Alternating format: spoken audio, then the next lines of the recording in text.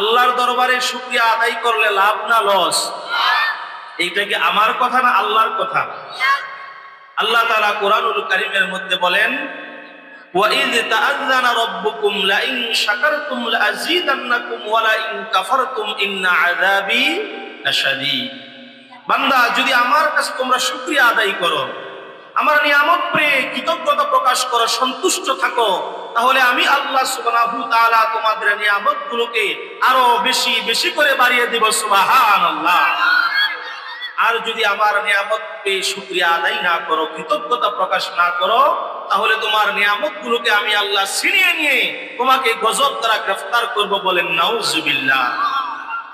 আজকে আমাদের সমাজের মধ্যে এক শ্রেণীর লোক আছে যারা আল্লাহর চাইতে নিজেকে অনেক বড় মহাপণ্ডিত মনে করে। আছে না নাই? আছে না নাই? আমার সাথে একটু কথা বলতে হবে। রাজি আছেন তো সবাই ইনশাআল্লাহ? যখন একটু ইশারা দিব সুবহানাল্লাহ আলহামদুলিল্লাহ ঠিক মতো বলতে পারবেন তো ইনশাআল্লাহ? জায়গা মতো সুবহানাল্লাহ আলহামদুলিল্লাহ বলার দরকার আছে না নাই?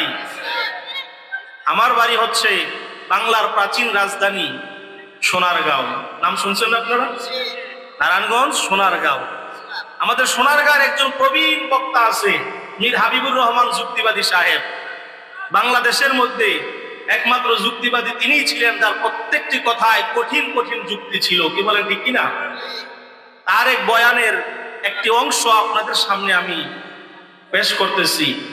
তিনি তার আলোচনার মধ্যে ঠিক এই কথাটা বলতে গিয়া বুঝাইতেছে যে জায়গা মতো সুবহানাল্লাহ, জায়গা মতো আলহামদুলিল্লাহ না বললে যে কত লস, কত ক্ষতি, এইটা বোঝানোর জন্য তিনি একটা উদাহরণ দিলেন। উদাহরণটা হলো, এক লোক বাজারে যাইতেছে গরু কেনার জন্য। কি কেনার জন্য? গরু কেনার জন্য। তো রাস্তার মাঝখানে আরেক বন্ধু জিজ্ঞাসা করে, বন্ধু কোথায় যাও? বাজারে যাই গরু কেনার জন্য। গরু কিনতে যাও, ইনশাল্লাহ বলে ভালো হতো না যে ইনশাল্লাহ আল্লাহর রহমতে একটা গরু কিনবো, এই জন্য বাজারে যাই। তো বন্ধু ডাক দিয়া বলে যে পকেটে টাকা আছে, বাজারে গরু আছে। বলেন, পকেটে টাকা আছে, বাজারে গরু আছে, এটা ইনশাল্লাহ আর আল্লাহর রহমতের দরকার কি? আমি কি আল্লাহর রহমত দিয়ে কিনবো না টাকা দিয়ে কিনবো? এই কথা বলে বাজারে চলে গেছে। তো বাজারও যাওয়ার সাথে সাথেই পকেট মাইর আছে না নাই? শেষ, পকেট খালি করে ফেলছে।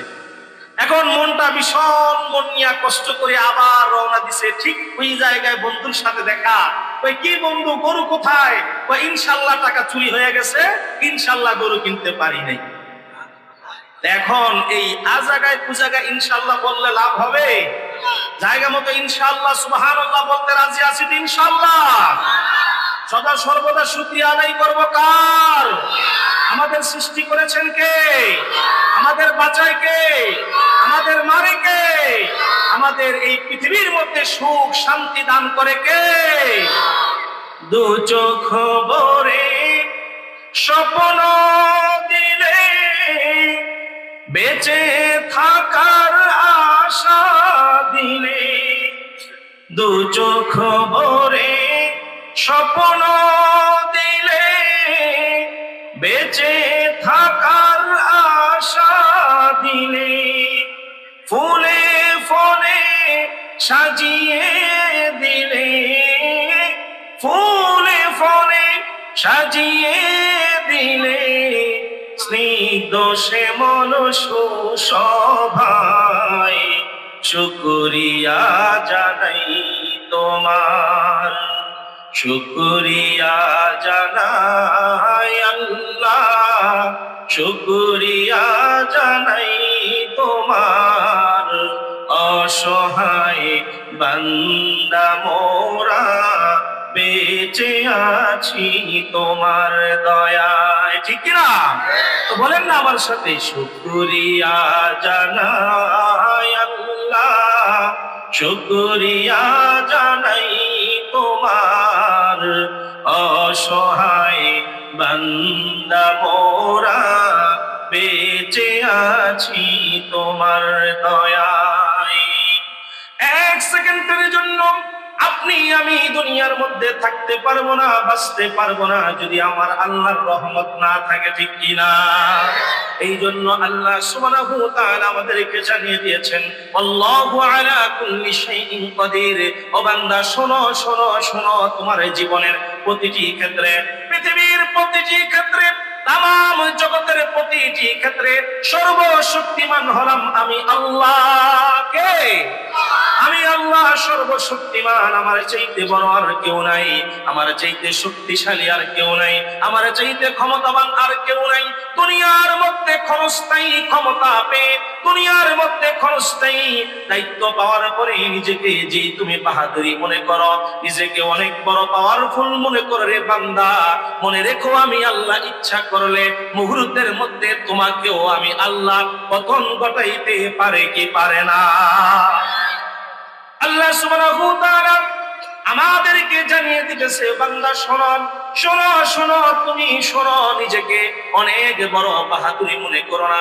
আমি কিন্তু তোমাকে দুর্বল করে বানিয়েছি। খলিকাল ইনসানা যায়ীফা। আল্লাহ সুবহানাহু ওয়া তাআলা মানুষদেরকে একেবারে দুর্বল করে বানিয়েছে, ঠিক কিনা? আমরা একেবারেই দুর্বল। যদিও বর্তমান সময়ে ক্ষমতার পাওয়ার পেয়ে, টাকার পাওয়ার পেয়ে নিজেকে অনেক বড় ক্ষমতাশীল মনে করি, কি বলেন ঠিক কিনা? আর বর্তমান সময়ে টাকা আছে যার, ক্ষমতা আছে তার। টাকা আছে যার, ক্ষমতা আছে তার। আমরা তাদের হাতেই ক্ষমতা দিয়ে দেই। আমরা যোগ্য ব্যক্তিদেরকে নির্বাচন করি না। এই টাকা সে সুদের কারবারি করলো না ঘুষের কারবারি করলো, অন্যের উপর জুলুম করে করলো না নির্যাতন করে করলো, এইটা আমরা দেখতে চাই না। আমরা শুধু দেখি অমুক ব্যক্তির টাকা আছে, মেম্বার বানাইলে তারই বানাও, তার টাকা আছে চেয়ারম্যান বানাইলে তারই বানাও, তার টাকা আছে সভাপতি বানাইলে মসজিদের সভাপতি ওই সুদখোর টাকাওয়ালাকেই বানাও, কি বলেন ঠিক কিনা? সুদ কি হালাল না হারাম? এলাকায় কি আছে? হ্যাঁ, ইন্না লিল্লাহ। গ্রামের সৎ সরল মানুষ আপনারা, আল্লাহর হাবিবের ঘোষণা অনুযায়ী শহরের চাইতে গ্রামের মানুষগুলো আগে আগে জান্নাতে যাবে, সুবহানাল্লাহ। কারণ গ্রামের মানুষগুলো তারা খেটে খেয়ে পরিশ্রম করে তারপর তাদের দিন যাপন করে। তারা পরিশ্রম করার পরেও আজকে সারাদিন এত পরিশ্রম করে এই রাত্রের শীতের বেলা আপনারা এখানে বসে আছেন চাতক পাখির মতো কোরআন হাদিসের আলোচনা শোনার জন্য। আল্লাহ সুবহানাহু ওয়া তাআলা আপনাদেরকে আগে জান্নাতের মধ্যে দিবে, কিন্তু এখন সুদের কারবারি গ্রামের চাইতে, শহরের চাইতে গ্রামেও কম না বেশি? আমার এক উস্তাদ বলতো যে টাকা কা বাচ্চা খাইতে বহুত আচ্ছা। সুদের টাকায় কি বাচ্চা দেয় না? রাগ করতেছেন? সুদের ওয়াজ করলে কি রাগ করেন? এটা কি আমার কথা? সুদের কথা কি আমার? আবার এক শ্রেণীর লোক আছে, জিজ্ঞাসা করে ভাই আপনি কি করেন? আমি সুদের ব্যবসা করি। নাউজুবিল্লাহ। আছে না নাই? সুদকে কি আল্লাহ ব্যবসা বলছে? আল্লাহ তাআলা কোরআনে বলছে আমি সুদকে হারাম করেছি আর ব্যবসাকে হালাল করেছি, কি বলেন ঠিক কিনা? তা আপনি বলতেছেন আমি সুদের ব্যবসা করি, আর সুদ কি ব্যবসা নাকি? আল্লাহ বললো আমি ব্যবসাকে করেছি হালাল আর সুদকে করেছি হারাম, আর আপনি সিনা ফুলে বলেন আমি সুদের ব্যবসা করি। চুরি আবার সিনা জুরি, চুরি আবার সিনা জুরি। আমার ওস্তাদ বলতো যে টাকা কা বাচ্চা খাইতে বহুত আচ্ছা, কবরের মধ্যে মার দিবে সাচ্চা। আছে না নাই? মুরব্বী বাবারা, আমার বুড়া বাবারা, কবরের মধ্যে যাবে রে বুড়া, ওই ফেরেশতার মার খাইয়া হইবা গুড়া। দুনিয়ার মধ্যে ক্ষণিকের লাভের জন্য, দুনিয়ার মধ্যে ক্ষণিকের শান্তির জন্য তুমি তোমার টাকাগুলোকে ইনভেস্ট না করে, ব্যবসায় না লাগিয়ে তুমি বসে বসে সুদের কারবারি করো, ব্যাংকের মধ্যে রেখে যে ইন্টারেস্ট আসে ওইটা দিয়ে সংসার চালাও। একটিবার তুমি চিন্তা করো না তোমার মৃত্যুর পরে আল্লাহ সুবহানাহু ওয়া তাআলা তোমার 70 বছর, 80 বছর, 100 বছরের জীবনের হিসাব নিবে। ওই দিন তোমার আমার 1 সেকেন্ডের হিসাব আল্লাহর দরবারে দেওয়ার কোনো ক্ষমতা নাই, ঠিক কি না? 1 সেকেন্ডের জন্য আল্লাহর দরবারে হিসাব দিতে পারবো না। দুনিয়ার মধ্যে আমরা সুদের কারবারি করে, ঘুষের কারবারি করে, হালাল হারাম যাচাই বাছাই না করে নিজের সম্পদ বাড়ানোর জন্য, নিজের ক্ষমতা বাড়ানোর জন্য, নিজের অর্থনীতি সচ্ছল করার জন্য যে যেইভাবে পারি ওইভাবেই চলি, ওইভাবেই উপার্জন করি। কিন্তু আল্লাহর হাবিব বলেন শোনো শোনো শোনো, তোমার ইবাদত কবুল হওয়ার জন্য আল্লাহর দরবারে 1 নম্বর শর্ত হলো হালাল রিজিক। 1 নম্বর শর্ত কি? হারাম খেয়ে মসজিদের সভাপতি কেন, আপনি মুতাল্লিও হতে পারেন, মুতাল্লিও হতে পারেন। আপনি সভাপতি হতে পারেন, সেক্রেটারি হতে পারেন, আপনার একটা সেজদাও আল্লাহর দরবারে কবুল হবে। এই জন্য আল্লাহর হাবিব বলেন ইবাদতের পূর্ব শর্ত হলো হালাল রিজিক। খবরদার খবরদার হারামের কাছেও যেও না। এক লোকমা হারাম খাবার তোমার শরীরের মধ্যে যখন প্রবেশ করে, কমপক্ষে 40 দিন তোমার সেজদা আল্লাহর দরবারে কবুল হয় না। নাউজুবিল্লাহ। আজকে আমরা কবরের কথা বলে, মৃত্যুর কথা বলে, পরকালের কথা বলে দুনিয়ায় মত্ত হয়ে, দুনিয়ার রং তামাশায় মত্ত হয়ে আল্লাহকে ভুলে গেছি। আলেম ওলামা পীর মাশায়েখদেরকে ভুলে গেছি। তাদের বাণীগুলো এখন আর আমাদের কানের মধ্যে যায় না, তাদের কথাগুলো আমাদের শুনতে ভালো লাগে না, তাদের কথাগুলো এখন আমাদের দিলের মধ্যে গাঁথে না। কেননা আমাদের পিছনে শয়তান এমন ভাবে লেগে গেছে, আমাদেরকে শয়তান ওয়াসওয়াসা দিয়ে এমন ভাবে আমাদেরকে দুনিয়ার মায়াজালে চক্রান্তের মধ্যে ফেলে দিয়েছে। দেখা যায় আমরা সারা রাত ওয়াজ শোনার পরেও সকালবেলা ফজরের নামাজের খবর নাই। ওয়াজের মধ্যে যেই কথাগুলো শুনি নিজের জীবনে বাস্তবায়ন করতে পারি না। আছে না নাই? তাদের ব্যাপারে আল্লাহ সুবহানাহু ওয়া তাআলা কুরআনুল কারীমের সূরাতুল বাকারার 7 নং আয়াতের মধ্যে বলেন, খাতামাল্লাহু আলা কুলুবিহিম ওয়া আলা সামঈহিম ওয়া আলা আবসারিহিম গিশাওয়া ওয়া লাহুম আযাবুন আযীম। আল্লাহু আকবার। খাতামাল্লাহু আলা কুলুবিহিম, আল্লাহ সুবহানাহু ওয়া তাআলা তাদের অন্তরের মধ্যে মোহর মেরে দিয়েছে। কাদের? যারা আলেম ওলামাদের কথাগুলো কানের মধ্যে নিয়ে দিলের মধ্যে ঢুকায় না, যাদের কাছে আলেম ওলামাদের কথা ভালো লাগে না, কোরআন হাদিসের কথাগুলো ভালো লাগে না, সুদ ঘুষের কথা বললে ভালো লাগে না, পর্দার ওয়াজ করলে ভালো লাগে না, হালাল হারামের ওয়াজ করলে ভালো লাগে না। এখন তো বাংলাদেশের মধ্যে চলে আসমানের উপরের ওয়াজ আর জমিনের নিচের ওয়াজ, ঠিক কিনা? এখন কোন বক্তা সবচেয়ে বেশি ভাইরাল? যেই বক্তা আসমানের উপরে আর জমিনের নিচের ওয়াজ করতে পারে। আসমানের উপরে আল্লাহ কি কি রাখছে, আপনাকে জান্নাত দিবে, জান্নাতে লাড্ডু খাওয়াবে, আপনাকে দালান কোঠা দিবে, এই কথা বলে আপনার মন গলায় আপনাকে কাদায়া জীবন শেষ করে দিবে। আর মাটির নিচের ওয়াজ। কিন্তু দুনিয়ার মধ্যে আসমানের নিচে আর জমিনের উপরে বসবাস করার জন্য আমার যে ওয়াজের দরকার, এই কথাগুলো এখন প্রায় বক্তার জবানে শোনা যায় না। কি বলেন, ঠিক কিনা? কারণ আমরা এগুলো পছন্দ করি না। মাটির উপরে আসমানের নিচের ওয়াজ করলেই তো আমাদের গায়ের মধ্যে লাগে। কি বলেন, ঠিক না? তখনই তো আমাদের গায়ের মধ্যে গিয়া লাগে। তাদের ব্যাপারে আল্লাহ সুবহানাহু ওয়া তাআলা বলে, খাতামাল্লাহু আলা কুলুবিহিম, আমি আল্লাহ তাদের কলবের মধ্যে মোহর মেরে দিয়েছি, তাদের কলবের মধ্যে সিলগালা করে দিয়েছি, তাদের কলবের মধ্যে কোরআনের কথাগুলো, হাদিসের কথাগুলো, আল্লাহর হাবিবের সুন্নতের বয়ানগুলো তাদের মনটাকে পরিবর্তন করতে পারে না, তাদের দিলটাকে ঘুরাইতে পারে না। বেনামাজি নামাজি হয় না, সুদখোর ভালো পথের মধ্যে আসে না, অন্যায়কারী অন্যায় ছাড়তে পারে না। কারণ অন্যায় করতে করতে, সুদ খাইতে খাইতে, আরাম খাইতে খাইতে নিজের জীবনটাকে নষ্ট করে ফেলেছে। এই জন্য আল্লাহ সুবহানাহু ওয়া তাআলা বলে, তার হেদায়েত নষ্ট হয়ে গেছে। আমি আল্লাহ ওই সমস্ত ব্যক্তিদের কলবের মধ্যে মোহর মেরে দিয়েছি। নাউজুবিল্লাহ। ওয়া আলা সামঈহিম, শুধু কলবের মধ্যে না, আমি আল্লাহ তাদের কানের মধ্যে মোহর মেরে দিয়েছি। কোরআনের কথাগুলো, হাদিসের কথাগুলো এখন আর তাদের কানের মধ্যে দিয়া পৌঁছায় না।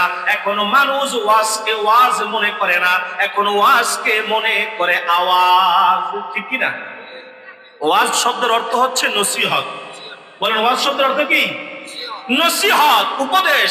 কিন্তু এখন আমরা ওয়াজকে নসিহত হিসাবে নেই না, যে ওয়াজ শুনে আমি আমার জীবনকে পরিবর্তন করব, আমি আমার পরিবারকে পরিবর্তন করব, আমার সমাজকে পরিবর্তন করব, আমার রাষ্ট্রকে পরিবর্তন করব, এই চিন্তা আমরা করি না।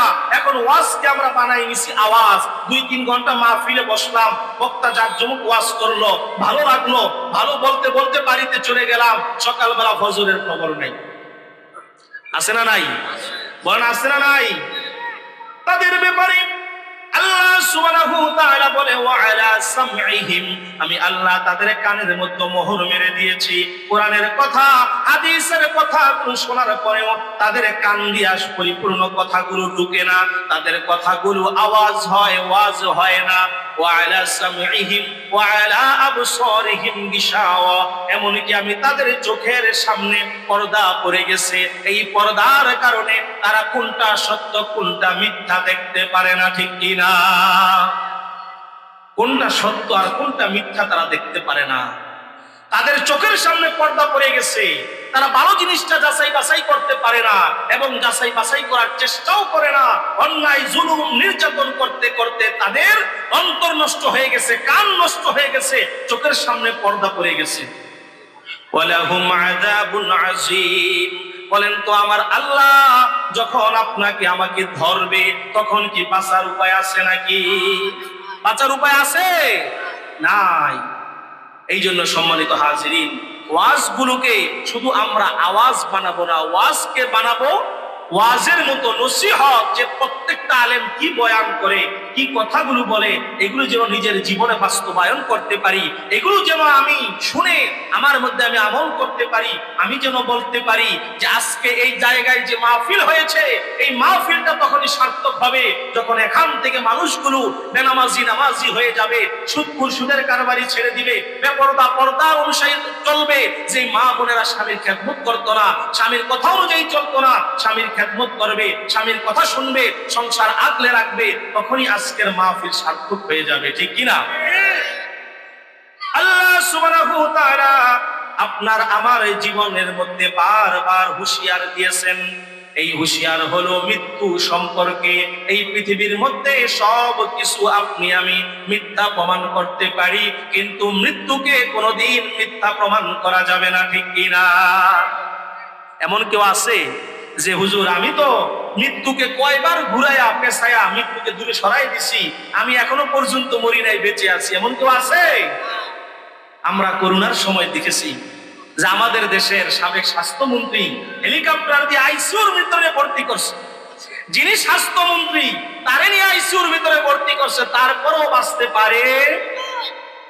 আপনি আমি বাঁচার জন্য কত কিছু করি, হসপিটালে দৌড়াই, আইসিইউতে যাই, প্রয়োজনে দেশের বাইরে চিকিৎসা করি বাঁচার জন্য, কিন্তু আল্লাহ যেই দিন দুনিয়া থেকে আমাকে নিয়ে যাবে, যেই দিন আমার রূহ ধরে টান মারবে, এক সেকেন্ডও থাকার সময়।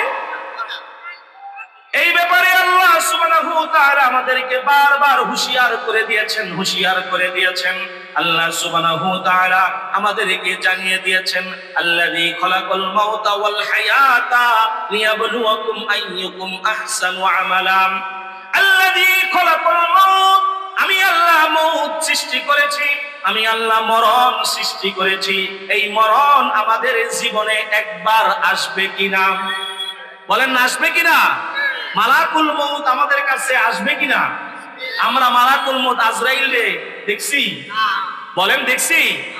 দেখা হবে জীবনে কয়বার? কয়বার? ওইবারই জীবনের শেষবার, যেদিন আপনাকে আমাকে কাফনের কাপড় পরায়া প্যাকেট করে আপনার আমার আত্মীয় স্বজন, আপনার আমার পাড়া প্রতিবেশী, আপনার আমার ছেলে মেয়ে অন্ধকার কবর, ওই অন্ধকার 3.5 হাত মাটির ঘরের মধ্যে আপনাকে আমাকে রেখে আসবে। কি বলেন, ঠিক কিনা? ওই দিন যত চেষ্টাই করি, যত হাজারি করি, যত কান্নাকাটি করি, যত ক্ষমতা বাহাদুরি দেখাই, এক সেকেন্ডের জন্য দুনিয়ায় থাকা যাবে। একদিন সাদা কাপড় পরাইয়া মুর্দা খাটে শোয়াইয়া। মনটা একটু নরম করে দেন, মাহফিল গুলোতে এসে দুই চোখের পানি আল্লাহর দরবারে নজরানা দেন। হতে পারে আজকেরই রাত্র এখানে আমাদের কারো না কারো জীবনের শেষ রাত্র, ঠিক কিনা? হতে পারে আজকের এই মাহফিল আমি বা আপনাদের জন্য কারো না কারো জীবনের শেষ মাহফিল। হতে পারে আজকের এই মুহূর্ত এখানে কারো না কারো জীবনের শেষ মুহূর্ত। অতএব মনটাকে নরম করে দুই চোখের পানি আল্লাহ পাকের দরবারে নজরানা পেশ করেন। একদিন সাদা কাপড় পরাইয়া মুর্দা খাটে শোয়াইয়া কবরেতে করবে রে দাফন। অবুঝমন অবুঝমন রে, দম ফুরাইলে বুঝবি কে আপন। বলেন না, অবুঝমন অবুঝমন রে, দম ফুরাইলে যারা তোমার অতি আপন, তারাই তোমায় পরাবে কাফন, তারাই তোমায় করবে রে দাফন। যারা তোমার অতি আপন, তারাই তোমায় পরাবে কাফন, তারাই তোমায় করবে রে দাফন। একদিন সাদা কাপড় পরাইয়া মুর্দা খাটে চোয়াইয়া, কবরেতে করবে রে দাফন। অবুঝমন অবুঝমন রে, দম ফুরাইলে বুঝবি কে আপন। একদিন আপনার আমার দম ফুরিয়ে যাবে, যেই দিন এই দুনিয়ার বাহাদুরি কাজে আসবে না, এই দুনিয়ার টাকা পয়সা কাজে আসবে না, আত্মীয় স্বজন কাজে আসবে না। আল্লাহর হাবিব বলেন, এই জগতের মধ্যে মানুষ তার সংসার করার জন্য, দুনিয়ায় বাঁচার জন্য, এমনকি জন্ম থেকে কবরে যাওয়ার জন্য তিনটা জিনিস প্রয়োজন। কয়টা? একটু আওয়াজ করেন, কয়টা? এক নম্বরে আত্মীয় স্বজন। দরকার আছে না নাই? আজকে আমাদের সমাজের মধ্যে এক শ্রেণীর লোক আছে যারা আত্মীয়তার বন্ধন ছিন্ন করে। আল্লাহর হাবিব বলেন, আত্মীয়তার বন্ধন যারা ছিন্ন করে তাদের জন্য জান্নাত নাই, তাদের জন্য জান্নাত নাই। দুনিয়ার মধ্যে যতদিন থাকবে, তোমার ব্যবহার দিয়ে, তোমার আদর্শ দিয়ে, তোমার সততা দিয়ে আত্মীয়তার বন্ধন তুমি ধরে রাখো। সুবহানাল্লাহ। কেন? এই আত্মীয় স্বজন তোমাকে তিলে তিলে বড় করেছে। তোমার বিপদে আত্মীয় স্বজন চলে আসবে, আবার যেই দিনে তুমি কবর দেশে চলে যাবে, এই আত্মীয় স্বজন কেঁদে কেঁদে কাদের মধ্যে তোমার লাশ নিয়ে কবরের মধ্যে নিয়ে যাবে, ঠিক কিনা? এই জন্য আল্লাহর হাবিব বলেন, তিনটা জিনিস প্রত্যেকটা মানুষের প্রয়োজন। এক নম্বরে আত্মীয় স্বজন, আত্মীয়তার বন্ধন রক্ষা করো। দুই নম্বরে হালাল উপার্জন। দুই নম্বরে হালাল উপার্জন। কারণ আপনার যদি আর্থিক সচ্ছলতা না থাকে, আপনাকে সারা জন আরেকজনের কাছে চেয়ে চেয়ে খেতে হবে, ঠিক কিনা? আল্লাহর হাবিব বলেন, তুমি হালাল ভাবে উপার্জন করে সচ্ছল ভাবে জীবন যাপন করো। হালাল ভাবে উপার্জন করে, হালাল এই উপার্জনের টাকা দিয়া দুনিয়ার মধ্যে থাকবে, দুনিয়ার মধ্যে বাঁচবে, দুনিয়ার মধ্যে খাবে, এমনকি তোমার কাফনের কাপড়টাও হালাল টাকা দিয়া কিনা হবে, ঠিক কিনা? একদিনও চিন্তা করেন না যে হারে আমি যে হারাম উপার্জন করি, আমি যে হারাম টাকাগুলো এনে সিন্ধুকের মধ্যে ভরি, ব্যাংকের মধ্যে আমার অ্যাকাউন্টকে ভারী করি, আমার মৃত্যুর পরে এই হারাম টাকা দিয়েই তো আমার কাফনের কাপড় কিনা হবে। কি বলেন, ঠিক কিনা? একদিনও মৃত্যুকে আমরা ভয় পাই না, এই চিন্তাটুকু করি না। এই জন্য আল্লাহর হাবিব বলেছেন, খবরদার খবরদার, হারামের কাছে যেও না, হালাল উপার্জন করে সচ্ছল ভাবে জীবন যাপন করো। এই জন্য দুই নম্বরে দুনিয়ায় বাঁচতে হলে হালাল উপার্জনের প্রয়োজন। আর তিন নম্বরে কবর দেশে তুমি যাবে, যেই কবরের মধ্যে তোমার টাকার পাওয়ার শেষ, যেই কবরের মধ্যে আত্মীয়তার পাওয়ার শেষ, ওই কবরের মধ্যে আমলের পাওয়ার শুরু, ঠিক কিনা? আত্মীয় স্বজন আপনার আমার কবর পর্যন্ত, কবরের মধ্যে লাশটাকে শোয়া আত্মীয় স্বজন লাফ দিয়ে উঠে যাবে, কবরের মধ্যে আপনার আমার নিথর দেহটা পড়ে থাকবে। আপনার আমার উপার্জনের কাফনের কাপড় এই কাপড়টা শরীরের মধ্যে পেঁচাইয়া কবরের মধ্যে পড়ে থাকবো। এই কবরের মধ্যে থাকার পরে 3 নম্বরে আপনার আমার যেই নেক আমল, আমাদের নামাজ, আমাদের দান সদকা, আমাদের ওয়াজ মাহফিল, আমাদের হালাল উপার্জন, আমাদের রাস্তাঘাট, আমাদের মসজিদ মাদ্রাসা, যত ভালো ভালো কাজগুলো করেছি, যত সদকায়ে জারিয়ার কাজগুলো করেছি, এই কাজগুলো কবর জগতে আমার জন্য সবচাইতে বড় বন্ধু হয়ে যাবে। সুবহানাল্লাহ। এই জন্য আমাদের প্রত্যেকের জীবনে কবরকে যদি আমি আলোকময় করতে চাই, উজ্জ্বল করতে চাই, আজকের এতটুকু একটা প্যান্ডেল, এতটুকু একটা এই সামিয়ানার নিচে আলোকিত করার জন্য কতগুলো বাতির প্রয়োজন আছে না নাই? বাতিগুলো নিভাই দিলে আলো আর থাকবে? আল্লাহর হাবিব বলেন কবর জগৎটাও অন্ধকার, সেখানকার বাতি হলো তোমার আমল। আমল যদি সুন্দর করতে পারো তাহলে কবরের মধ্যে এই আমলই তোমার বাতি হয়ে যাবে, কবরটাকে নূরের আলো দ্বারা আলোকিত করে দিবে।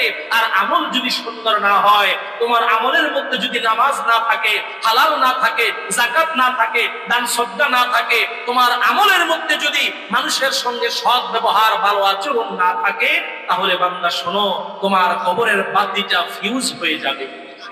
বাতিটা ফিউজ হয়ে যাবে, এই বাতিটার জ্বলবে না, এই বাতিটার জ্বলবে না। অন্ধকার কবরের মধ্যে তোমার জন্য আছে আল্লাহর গজব, আল্লাহর আযাব, জাহান্নামের চিরতরে শাস্তি। কি বলেন ঠিক কিনা? এই শাস্তি থেকে আমরা মুক্তি পেতে চাই কি চাই না? আল্লাহ তাআলা কবুল করে, সকলে বলে আমিন। আপনাদের খেদমতে যে আয়াতখানা তেলাওয়াত করেছিলাম সূরাতুল বাকারায়, আমার আল্লাহ আমাদেরকে জানিয়ে দেয়, আল্লাযী খলাকাল মাউতা ওয়াল হায়াতা, আমি আল্লাহ মৃত্যু এবং জীবন দান করেছি, মৃত্যু এবং জীবন আমি আল্লাহ নাজিল করেছি, আমি আল্লাহ তোমাদেরকে দিয়েছি। মৃত্যু বলে আল্লাহ সুবহানাহু ওয়া তাআলা আপনার আমার ওই কথাকে স্মরণ করে দিয়েছেন, যেই কথা হলো যেই দিন আপনার আমার কোনো অস্তিত্ব ছিল না, নিঃঅস্তিত্ব থেকে আপনার আমার অস্তিত্ব দিয়েছেন কে? আপনার আমার অস্তিত্ব দিয়েছেন কে? একদিন আপনি আমি কিছুই ছিলাম না, আজকে আপনি আমি বিরাট বড় দেহের একজন মানুষ। একদিন কোনো অস্তিত্ব ছিল না। আল্লাহ সুবহানাহু ওয়া তাআলা এই আয়াতের মধ্যে আগে মৃত্যু শব্দ ব্যবহার করে ওই অস্তিত্বের কথা স্মরণ করিয়ে দিল।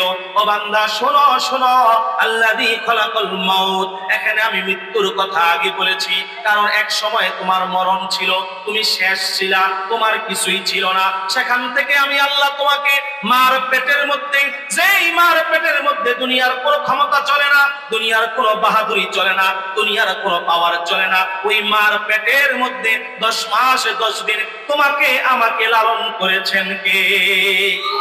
লালন করেছেন কে? মার পেটের মধ্যে সন্তান ছেলে হবে না মেয়ে হবে, আপনি আমি কেউ জানি না, জানে কে? এখন তো বলবেন যে হুজুর আপনি শহরের মানুষ, এটা কি কথা বলেন?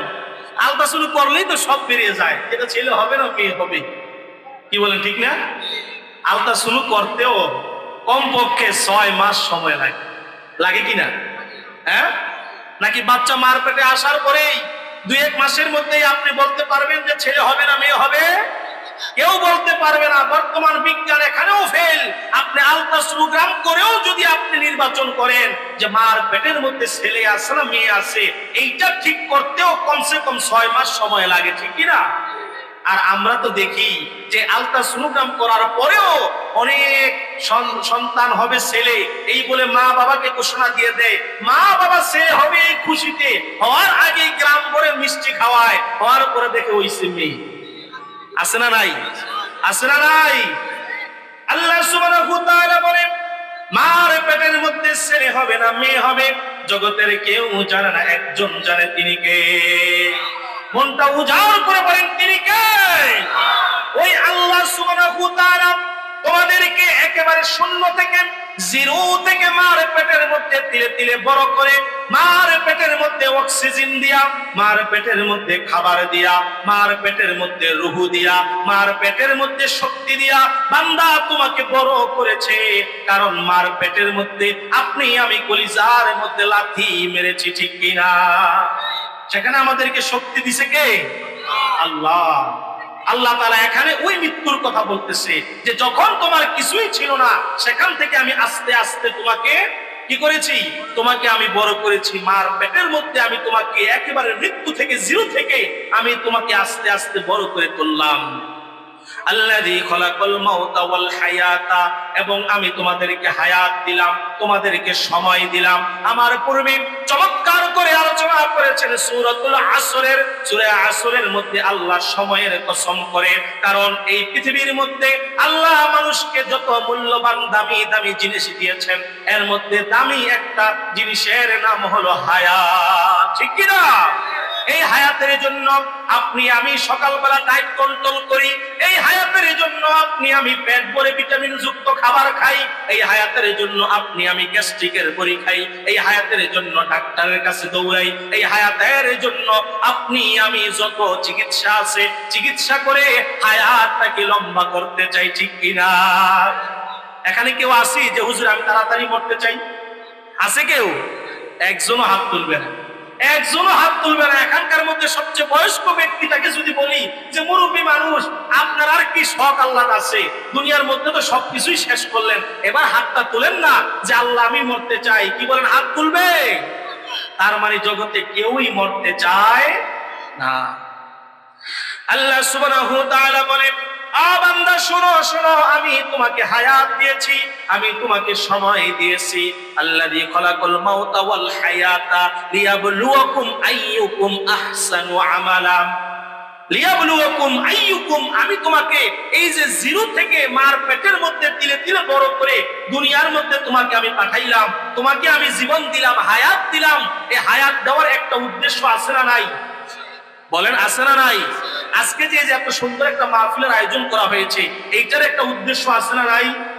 আজকে কবরবাসীদের রুহের মাগফিরাত কামনায়, তাদের নাজাতের জন্য, তাদেরকে যেন আল্লাহ তাআলা জান্নাত দান করে, গুনাহ মাফ করে দেয়, এই জন্য একটা আয়োজন করা হয়েছে। কি বলেন, ঠিক কি না? তা আল্লাহ সুবহানাহু ওয়া তাআলা পৃথিবীটা বানিয়েছেন, মানুষ সৃষ্টি করেছেন, একটা না একটা উদ্দেশ্য আছে না নাই? আল্লাহ সুবহানাহু ওয়া তাআলা বলেন লিয়াবলুয়াকুম আইয়ুকুম আহসানু আমালা, লিয়াবলুয়াকুম, ও বান্দা শোনো, তোমাদেরকে আমি জিরো থেকে হিরো বানাইলাম, তোমাকে আমি একেবারে নাই থেকে মার পেটের মধ্যে বড় করে তুললাম, মার পেট থেকে দুনিয়ার মধ্যে পাঠাইলাম। এখানেও আমি আল্লাহর একটা উদ্দেশ্য, এই উদ্দেশ্য হলো দুনিয়ার মধ্যে আমি আল্লাহ তোমার পরীক্ষা নিব। সুবহানাল্লাহ। দুনিয়ার মধ্যে কি নিবে? দুনিয়ার মধ্যে কি নিবে? আমরা এখানে সবাই পরীক্ষার্থী। কার কথা? কার কথা?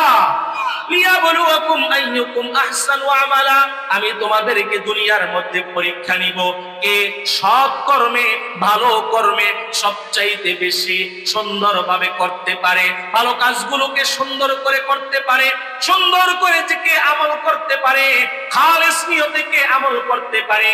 মুফাসসিরিনে কেরাম বলেন, আল্লাহ কিন্তু এখানে বলে নাই কে বেশি আমল করতে পারে, এই কথা বলে নাই। আল্লাহ বলছে সহি আমল কে বেশি করতে পারে, খালেস নিয়তে, নেক নিয়তে বেশি আমল কে করতে পারে, এই পরীক্ষার জন্য আমি তোমাদেরকে পাঠিয়েছি। ওয়া হুয়াল আজিজুল গফুর, মনে রেখো আমি আল্লাহ পরাক্রমশালী, আমি আল্লাহ মেহেরবান, আমি আল্লাহ দয়াবান। ওয়া হুয়াল আজিজুল গফুর, আমি আল্লাহ দুনিয়ার মধ্যে সবচেয়ে দয়াবান, ঠিক কিনা? আজিজ গফুর নামটি তোমার, আল্লাহু আল্লাহু আল্লাহু, একটু মহব্বতে আল্লাহকে ডাকেন।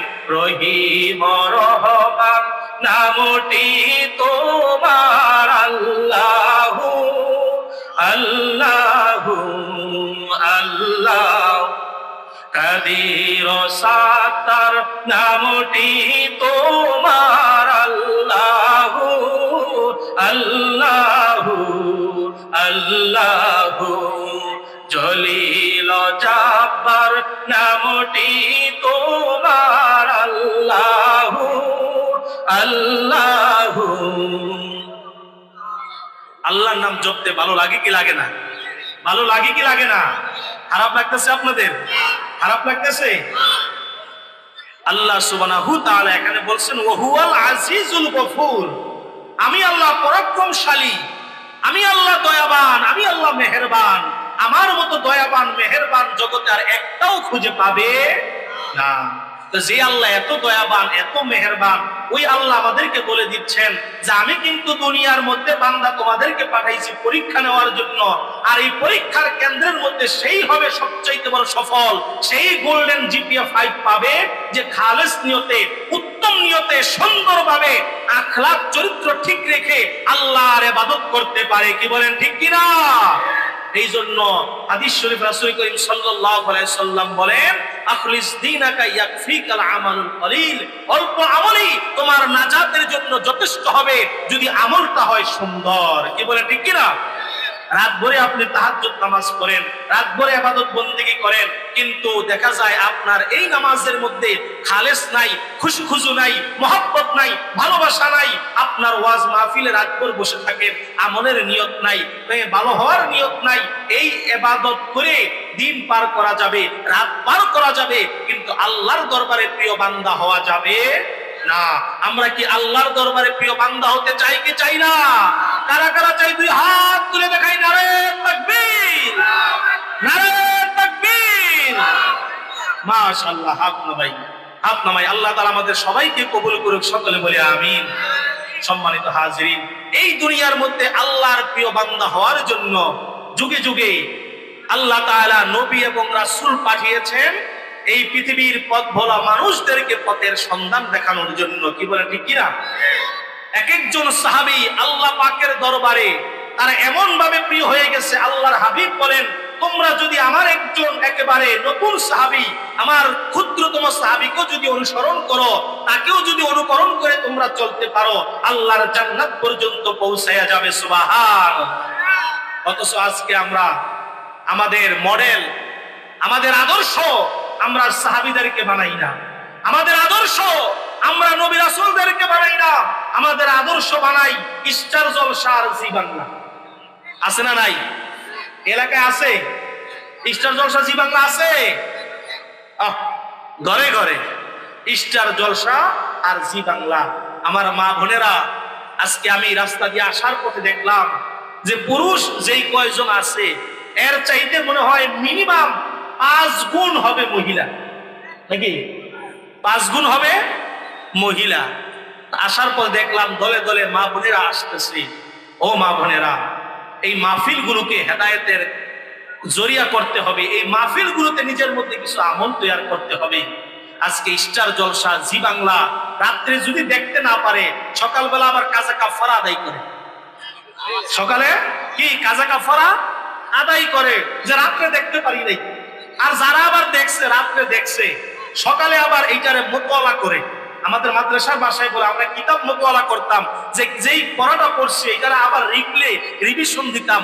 তো আমাদের মা বোনেরা এখন কি করে, রাত্রে যেটা দেখছে ওইটাকে সকালবেলা আবার রিভিশন দেয় যে আরেকটু দেখি কেমন লাগে। কারণ যত দেখি ততই মজা লাগে, কারণ এর মধ্যে আছে শয়তানের সমস্ত চক্রান্ত। কি বলেন ঠিক কিনা?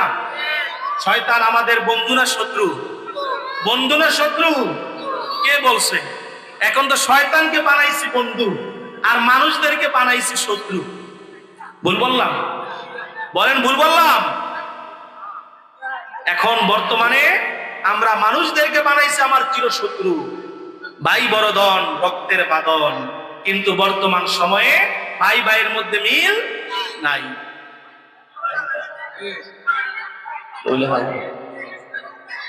ভাই ভাইয়ের মধ্যে মিল নাই, বাপ চাচার মধ্যে মিল নাই, ছেলে মেয়ের সঙ্গে মা বাবার মিল নাই।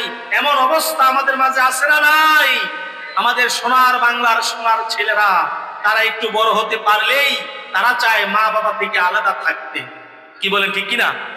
তারা চায় মা বাবা থেকে দূরে সরে থাকতে। অথচ যেই গর্ভধারিণী মা তোমাকে 10 মাস 10 দিন তোমাকে পেটের মধ্যে এই বোঝা লালন করে এরপর তোমাকে দুনিয়ার মধ্যে তিলে তিলে তিলে তিলে মায়ের বুকের দুধ পান করিয়ে তোমাকে আজকে বড় করলো, এত উপযুক্ত করলো, বান্দা যে অবস্থায় পৃথিবীর কোনো খাবার তোমার জন্য গ্রহণ করা উচিত ছিল না, কোনো খাবার তোমার পেটের মধ্যে হজম করার শক্তি ছিল না, এই জিহ্বা দিয়ে কোনো খাবার তুমি খেতে পারতা না, ওই সময় কুদরতি ভাবে মার বুকের মধ্যে তোমার খাবার দিয়েছেন কে? এখন তুমি মাকে ভুলে গেছো, এখন তুমি মাকে ভুলে গেছো, বাবাকে ভুলে গেছো। অথচ একদিন তুমি যখন বাহিরে বসে থাকতে, তোমার অপেক্ষায়, তোমার আগমনের জন্য এই মা দুঃখিনী ঘন্টার পর ঘন্টা রাস্তার মধ্যে বসে থাকে। আহারে আমার খোকা এখনো কেন কাজ থেকে আসে না, এখনো কেন তার কর্ম শেষ করে আসে না, রাত এতটা বেজে গেছে এখনো কেন ঘরের মধ্যে আসে না। কি বলেন ঠিক কিনা? আজকে সেই মা বাবাকে আমরা ভুলে যাই। মায়ের ওয়াজ কি করব, আমরা ওয়াজ কম জানি।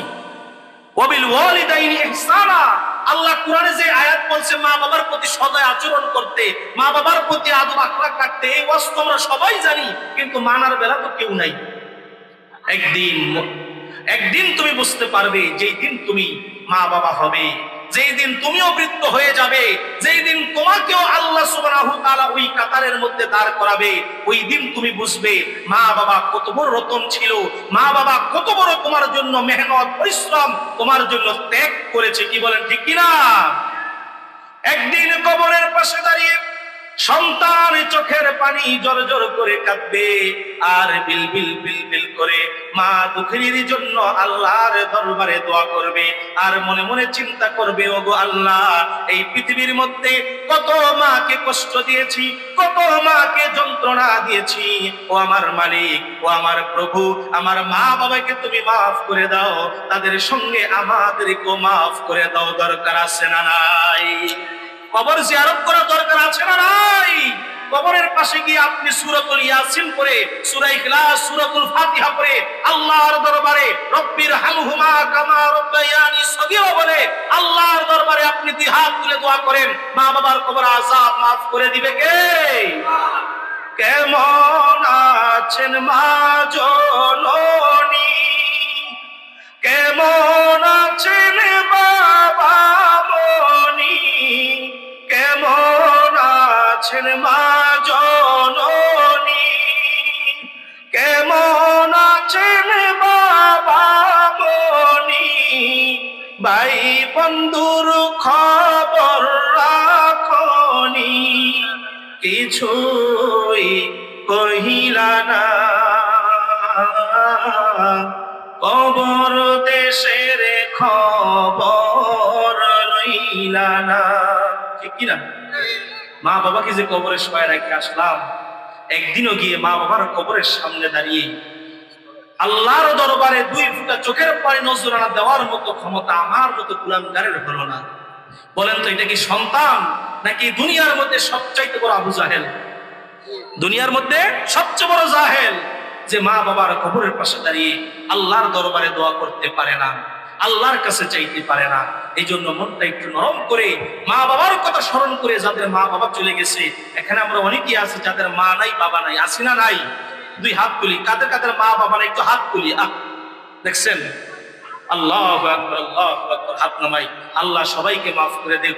আমারও বাবা নাই, আমি আমার জীবনের প্রথম আমার বাবার জানাজার নামাজ আমি আদায় করেছি। আমার জীবনে আমি তখন মাদ্রাসা হেফজখানায় পড়ি, মাত্র 7-8 পারা মুখস্থ হয়েছে। তখন তো ছোট মানুষ, বুঝতাম না বাবা হারানোর কত যে যন্ত্রণা, কত যে বেদনা। আমাকে ধরে নিয়ে গিয়ে জানাজার মধ্যে দাঁড় করানো দেওয়া হয়েছে। আমি আমার জীবনের প্রথম আমার বাবার জানাজা দিয়েছিলাম। এখন ফিল করি যাহারে এই রাত বিরাতে জায়গায় জায়গায় মাহফিলে যাই, কত মানুষদেরকে দেখি, কিন্তু জন্মদাতা সেই বাবাকে আর দেখি। এখনো আমি আমার ঘরের মধ্যে আমার মার পানি পড়া খেয়ে এরপর আমি মাহফিলের মধ্যে যাই, বলি আলহামদুলিল্লাহ। এটা আমি আমার অহংকারের জন্য বলছি না, আল্লাহ যেন মাফ করে। আপনাদের বোঝানোর জন্য প্রত্যেকটা জুমায় এবং প্রত্যেকটি মাহফিলে আমার মার হাতে আমি 1 গ্লাস পানি দেই। মা, তুমি যা পারো ওই সূরা কেরাত করে তাসবিহ তাহলিল করে পানির মধ্যে ফু দাও, কারণ জগতে সবার দোয়া মিস হতে পারে, মার দোয়া মিস হতে পারে না। আমার মার হাতের পানি পড়া খেয়ে আজকে ওই মাহফিলে যে আমি এসেছি, এই গত রাত 4টা বাজে 7:30 ট্রেনে আমরা আসছি কমলাপুর থেকে। আমি আমার মার হাতের পানি পড়া খেয়ে মা আমার শরীরের মধ্যে 4 ফুট করে মুছে দিয়েছে, এরপর আমি এসেছি। কারণ বাবা হারিয়েছি, এখন বুঝি বাবা হারানোর কি যন্ত্রণা। এখন মাকেও যদি হারাই এই কষ্ট সহ্য করতে পারবো না। আল্লাহ যেন আমার মাকে নেক হায়াত দান করে, বলি আমিন। আমার মাকে নিয়ে আমি হজ করে এসেছি, এটা আমার জীবনের সবচেয়ে বড় আল্লাহর দরবারে একটি পাওয়া। আল্লাহর কাছে আমি সব সময় চেয়েছি, আল্লাহ আমি যখন পাসপোর্ট করব আমি যেন প্রথম ভিসাটা মক্কা মদিনার ভিসা লাগাইতে পারি, বলেন আলহামদুলিল্লাহ। এবং আমি যেন আমার মাকে নিয়ে মক্কা মদিনা যেতে পারি। আল্লাহ কবুল করেছেন, আপনাদের দোয়ায় আমি কয়েকবার গিয়েছি, আবার যেন আমার মাকে নিয়ে মক্কা মদিনা যেতে পারি, আল্লাহ কবুল করুক, বলে আমিন। আমাদেরও স্বপ্ন, যাদের মা বাবা আছে, আমরা যেন মা বাবাদেরকে নিয়ে মক্কা মদিনা যেতে পারি। মক্কা মদিনা যেতে মন চাই কি চায় না? মুসলমান যেতে মন চাই কি চায় না? এই জন্য মনটা একটু নরম করে, মার কথা বাবার কথা স্মরণ করে মনটাকে নরম করে চোখের পানি ফেলেন, চোখের পানি ফেলেন। এই চোখের পানি মা বাবার কবর আযাব গুলো মাফ করে দিবে, মা বাবার কবর আযাব গুলোকে মাফ করে দিবে। আপন আর আপন কে সেদন,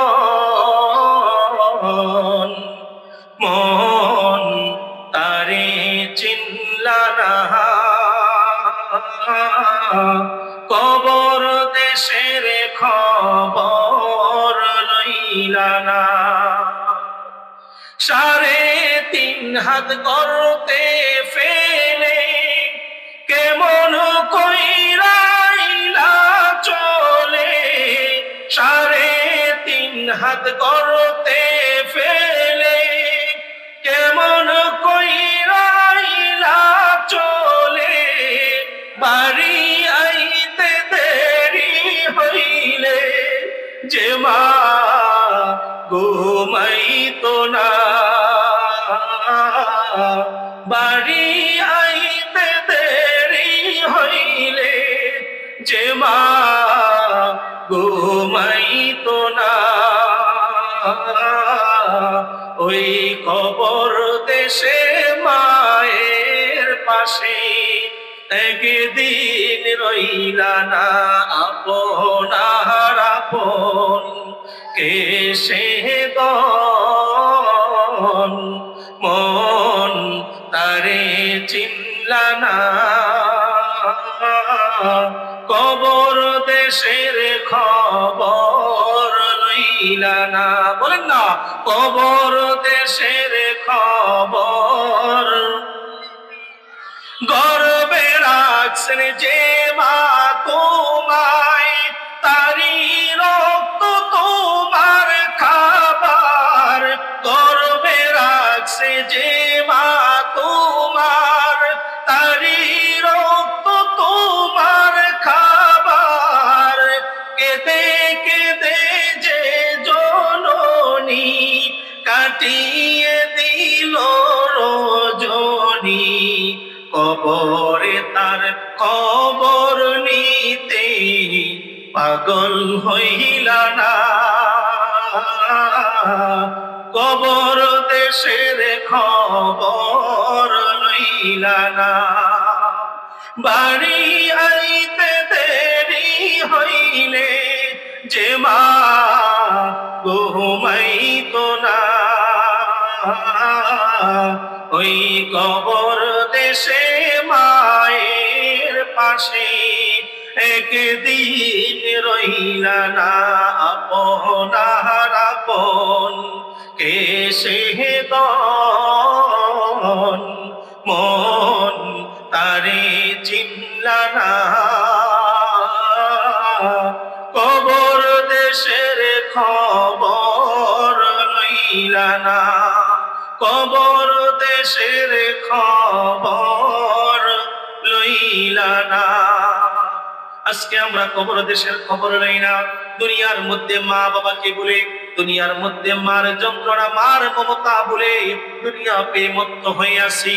যে কথা বলতেছিলাম, দুনিয়ার মধ্যে আজকে আমরা আল্লাহ সুবহানাহু ওয়া তাআলার কথাগুলো ভুলে আমরা শয়তানকে বন্ধু বানিয়ে আর বন্ধুকে শত্রু বানিয়ে দুনিয়ার মধ্যে চলে, ঠিক কিনা?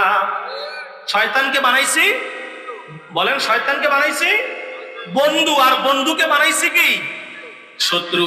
অথচ শয়তান যে আমাদের শত্রু, আমাদের প্রকাশ্য শত্রু, এটা বলছে কে? কে বলছে? আল্লাহ। আল্লাহ সুবহানাহু ওয়া তাআলা কুরআনুল কারীমে আমাদের জানিয়ে দিয়েছেন, শোনো শয়তান হলো তোমাদের প্রকাশ্য শত্রু। অতএব খবরদার, শয়তান থেকে তোমরা দূরে থাকো আর মানুষদের সঙ্গে মহাব্বত তৈরি করো, ভালোবাসা তৈরি করো।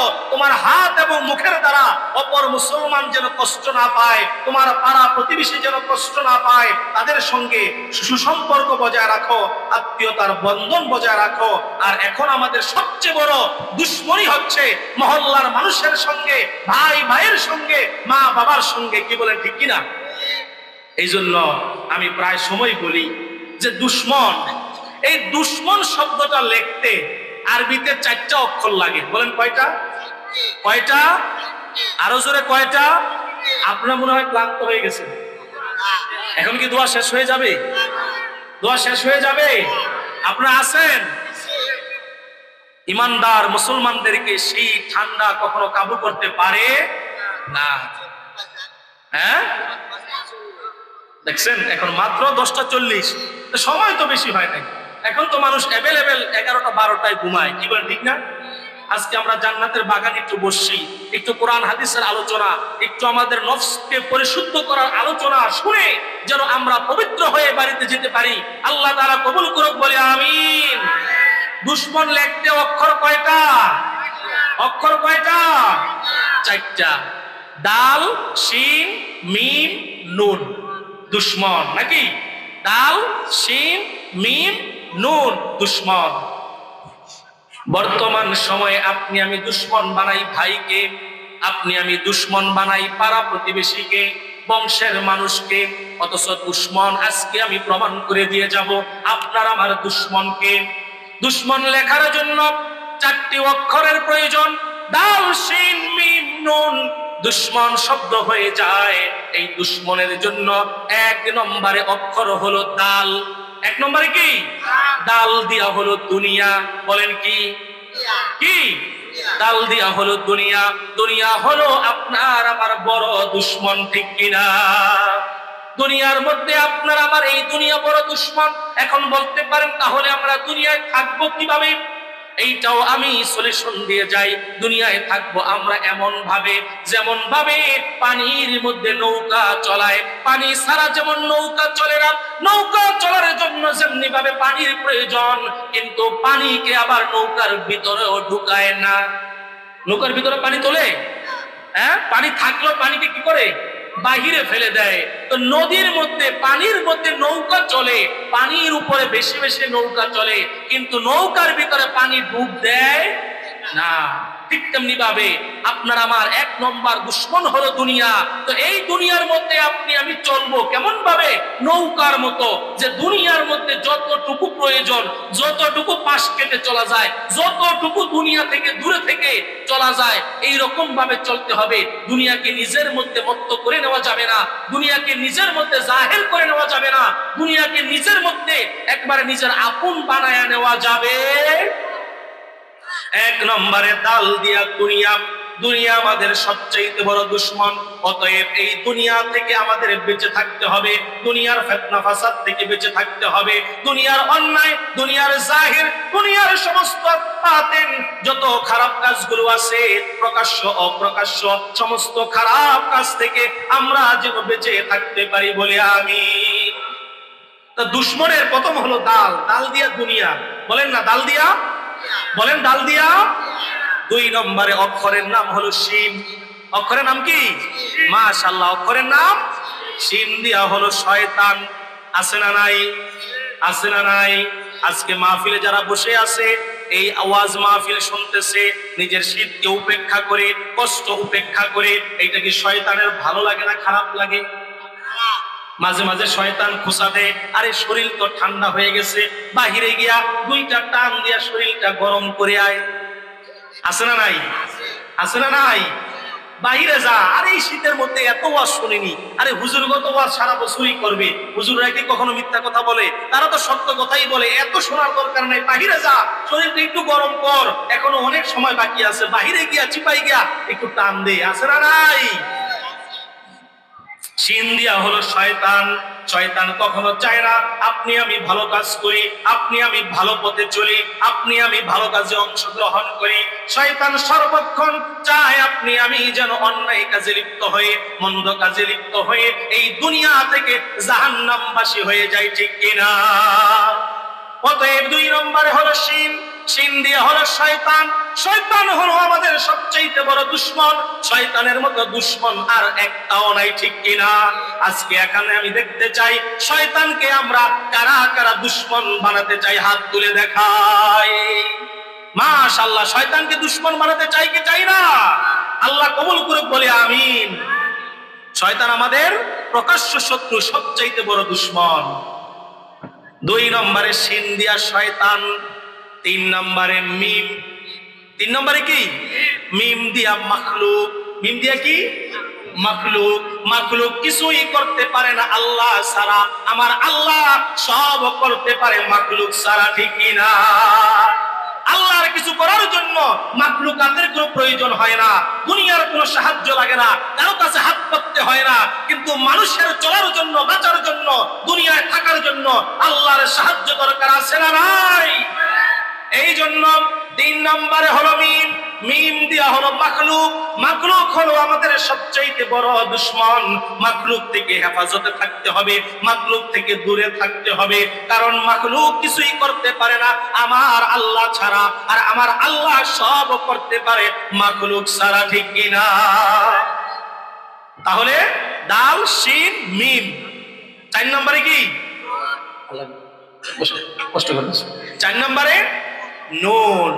এটাই হলো সবচাইতে বড় দুশমন। নুন দিয়া হলো আমাদের নফস। নুন দিয়া কি? নফস আছে না নাই? নফস আছে না নাই? আমাদের কলব আছে না নাই? এখানে কলব, হার্ট, নফস ছাড়া কোনো ব্যক্তি আছে? কেউ নফসে আম্মারা, কেউ নফসে মুতমাইন্না, কেউ নফসে লাওয়ামা। এক একজন এক এক নফস নিয়ে আমরা এখানে বসে আছি, কিন্তু নফস ছাড়া এখানে আমরা কেউ নাই। এই জন্য 4 নম্বরে বলা হয়েছে নুন দিয়া নফস।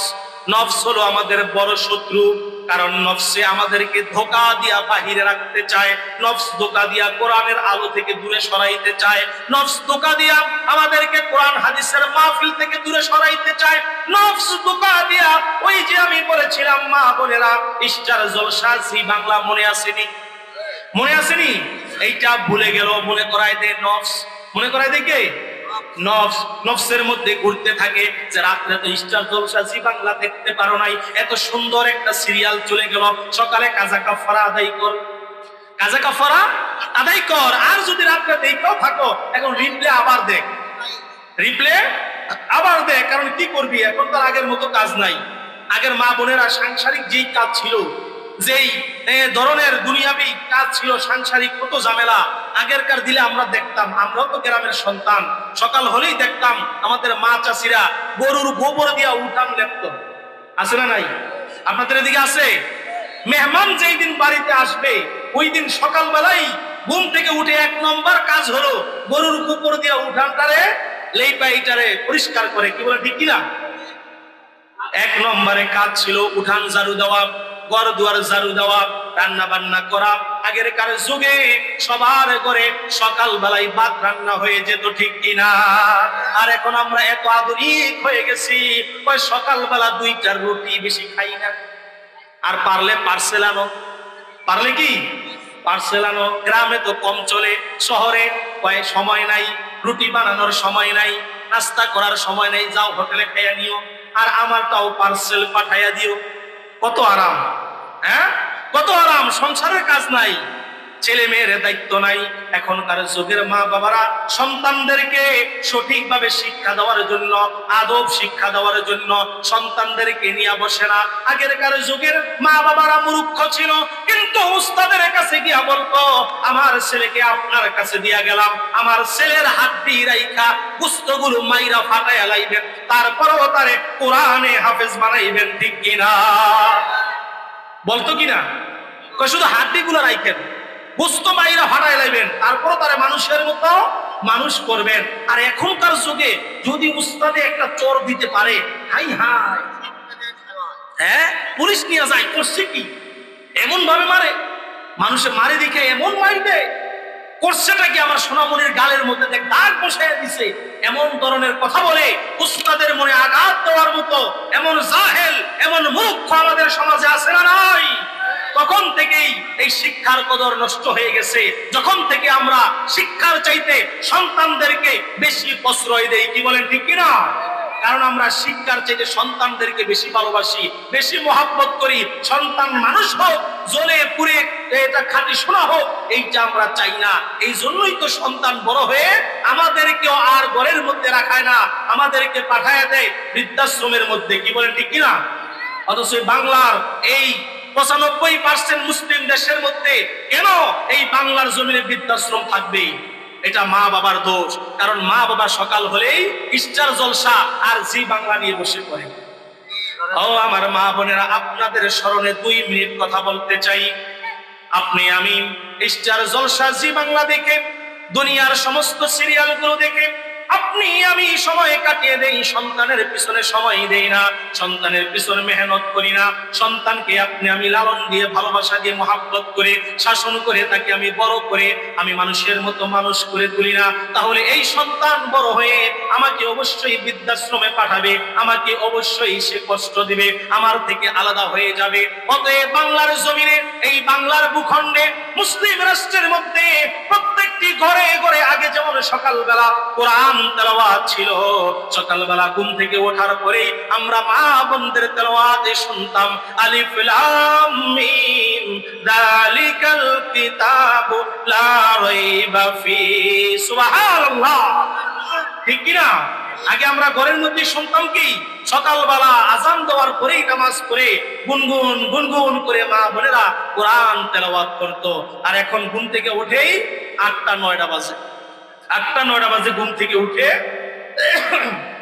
8টা-9টা বাজে ঘুম থেকে উঠে এরপর দেখা যায় নাস্তার খবর নাই, সন্তানকে স্কুলে পাঠাবে, সন্তানকে লালন পালন করবে, ওই দিকে কোনো খেয়াল নাই।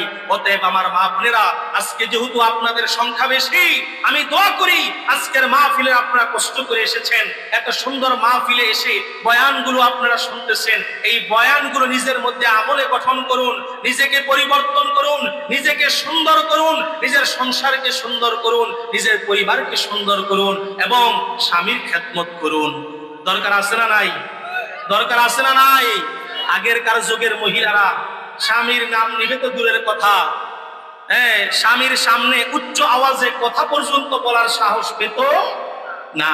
আর এখন স্বামীকে নাম ধরে ডাকে, স্বামীকে কি নাম ধরে ডাকে? কারণ নাম ধরে তো ডাকবেই, এটা তো স্বামী না, এটা তো আসামি। এটা কি এই বলেন না, এটা কি আসামি? এটা তো স্বামী না। এখানে আমরা যারা আছি একটাও তো স্বামী না, সব আসামি। এই জন্য আমাদেরকে নাম ধরে ডাকে।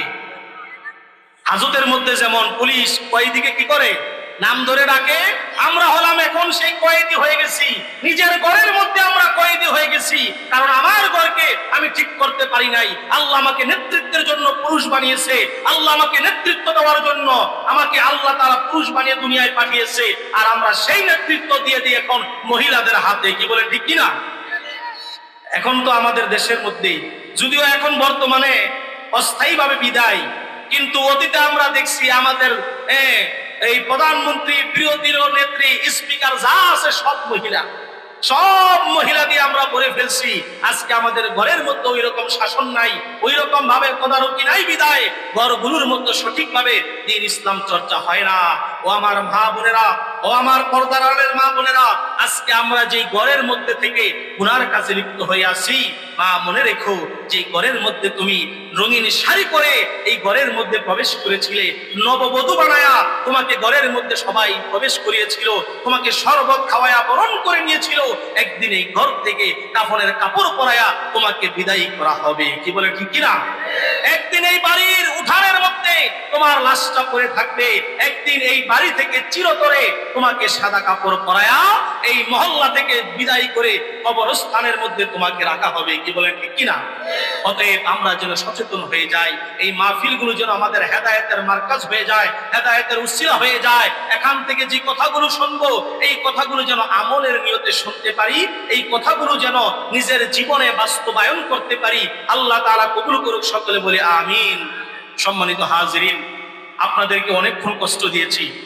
সকলের পায়ে হাত রেখে আমি বলতে চাই, আমার কথায় যদি কেউ কষ্ট পেয়ে থাকেন, যেহেতু আমি আমার আলোচনার মধ্যে অনেক কথাই বলে ফেলছি, শুরু থেকে সুদ ঘুষ থেকে আরম্ভ করে নামাজ, বিভিন্ন বিষয় নিয়ে অনেকের মনে কষ্ট লাগতে পারে। বাজান, কষ্ট লাগতে পারে, ডাক্তারের কাছে গেলে আপনার যতই কষ্ট লাগুক ডাক্তার ট্রিটমেন্ট করবেই। কি বলেন, ঠিক কিনা?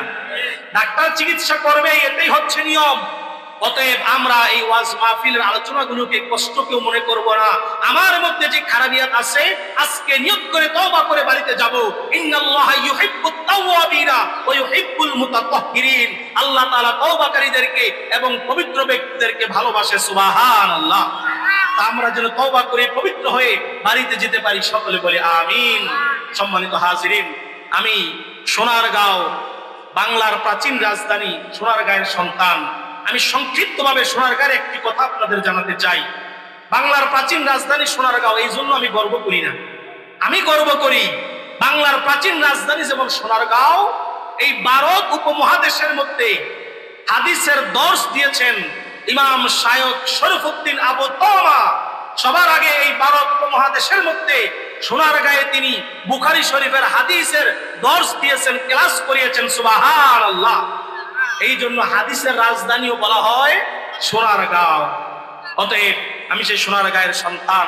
আমার কথাও কি কষ্ট পেয়ে থাকলে মেহেরবানি করে মাফ করে দিবেন। বর্তমানে ফিতনা ফাসাদের জমানায় আমরা অনেক নানামুখী ষড়যন্ত্রে লিপ্ত, নানামুখী ষড়যন্ত্রে লিপ্ত। বর্তমান সময়ে আমরা এও দেখতে পাই, আমাদের দেশের হক্কানি আলেম ওলামাদেরকে জেল জুলুম নির্যাতন করা হয়েছে, হাইকোর্ট থেকে রায় দেওয়া হয়েছে, রিমান্ডে নেওয়া হয়েছে। বাংলার মুসলমান কোনদিন কখনো হাইকোর্টের রায়কে অমান্য করে নাই। আর একজন চিন্ময় কৃষ্ণ দাস, যাকে ইসকন থেকে বহিষ্কার করা হয়েছে, যে ইসকনের কোনো কার্যক্রমের মধ্যে নাই, যে হিন্দুবাদীদের কোনো কার্যক্রমের মধ্যে নাই, সনাতন ধর্মাবলম্বীরা যাকে পদত্যাগ করেছে, ওই ইসকনের গ্রেপ্তারের যেই করুণ পরিণতি আমরা দেখেছি, হাইকোর্টের রায়কে তারা অমান্য করে তারা হাইকোর্টের মধ্যে গাড়ি আটকে আমাদের একজন মুসলিম আইনজীবীকে তারা কুপিয়ে তাকে শাহাদাত বরণ করিয়েছে। বাংলার মুসলমান, এখনো সময় আছে, সাবধান হয়ে যেতে হবে, এখনো মনে আছে, সাবধান হয়ে যেতে হবে।